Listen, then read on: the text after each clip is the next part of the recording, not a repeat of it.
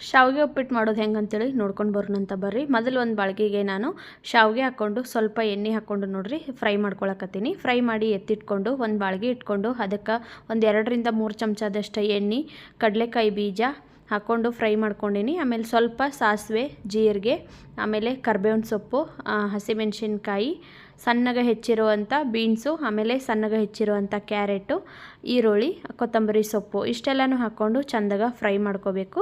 ಇದು ಫ್ರೈ ಆದಮೇಲೆ ಇದಕ್ಕೆ ರುಚಿಗೆ ತಕ್ಕಷ್ಟು ಉಪ್ಪು, ಆಮೇಲೆ ಸ್ವಲ್ಪ ಸಕ್ಕರೆ ಹಾಕ್ಕೋಬೇಕು. ಹಾಕ್ಕೊಂಡು ಚಂದಾಗ ಫ್ರೈ ಮಾಡಿಕೊಂಡು ಇದಕ್ಕೆ ಇವಾಗ ನೀರು ಹಾಕ್ಕೋಬೇಕು ನೋಡ್ರಿ. ಅಳತೆ ನೀರು ಹಾಕ್ಕೊಂಡು ಎಷ್ಟು ಬೇಕಲ್ಲ ಅಷ್ಟು ನೀವು ನೀರು ಹಾಕ್ಕೊಳ್ರಿ.